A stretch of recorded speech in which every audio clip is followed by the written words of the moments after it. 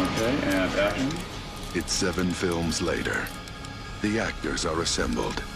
Shot. The effects artists are hard at work. A little bit more blood. More blood. Wes Craven is making a new Nightmare on Elm Street. And cut.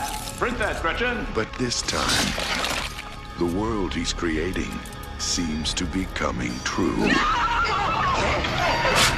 He's decided to cross over. Freddy Krueger returns. Out of films, into our reality. And he wants more than revenge. Maybe you should tell me your dream. Miss me. He wants life. Nancy. It's been giving me Freddy nightmares. Freddy, as in me.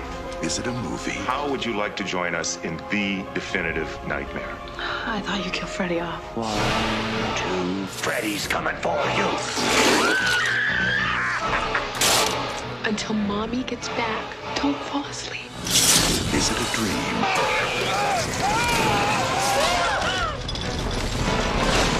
Or is it real? Never played in the cat.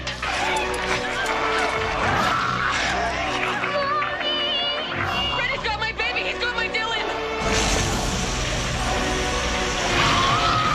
For everyone who ever believed Freddy's dead, prepare yourselves for the real story.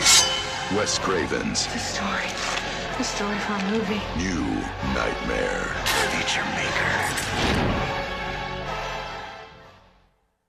Okay, next movie, and it's something unusual. A horror movie within a horror movie. It's called Wes Craven's New Nightmare, and it begins where the Nightmare on Elm Street series left off. You may recall, or maybe you don't, that in the 6th installment of the popular series, Freddy Krueger, the monster with the knives for fingers, was finally killed for once and all. Unfortunately, it now appears that the series generated an evil force which has been liberated by the screenplay for a sequel and is now haunting the lives of the people who made the films. Many of the stars and filmmakers play themselves, including actress Heather Langenkamp, who played a teenager in the original 1984 movie. Now her life and child are being threatened by ominous omens. There was no movie. There was only our life. It's just me. Maybe the only way to stop the nightmares is to make another film and exorcise them forever. Bob Shea, the head of New Line Cinema, plays himself here, trying to sell the idea to the actress. The fans. The fans, God bless them, they're clamoring for more. I guess evil never dies, right? Anyhow, a few weeks ago, I got a call from Wes, and he pitched me this really exciting idea. And I started thinking, who better to resurrect Freddy than his creator? And veteran thriller maker Wes Craven, who directed that original film, thinks he knows how the supernatural is linked to the cinematic. Well, dramatically speaking, it makes perfect sense. You played Nancy after all, and you were the first to humiliate him, defeat him. That was Nancy, Wes. It's not me. Yeah, but it was you that gave Nancy her strength. So, in order to get out, he's going to come through you. And it's inevitable that he's going to try to do that at your most vulnerable points. Wes Craven's New Nightmare is the first horror movie that is actually about the frequently asked question, don't the people who make these films ever ask themselves about the effect the films have?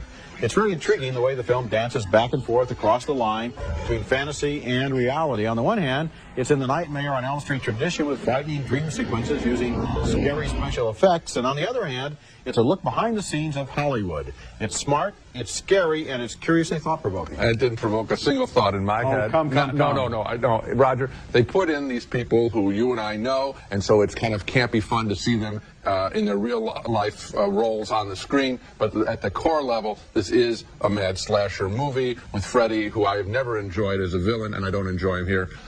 It's just the same old bloodletting with new actors. It's too bad that the movie didn't provoke a couple of more thoughts in your head. Go ahead. For example, the use of that little child in some of the sequences, such as when he's up on top of that tower, is very scary and I think very effective. The whole way that the idea, it's kind of a dangerous idea that people who are actors in these movies might have their own lives affected by the nightmares that they are creating for others.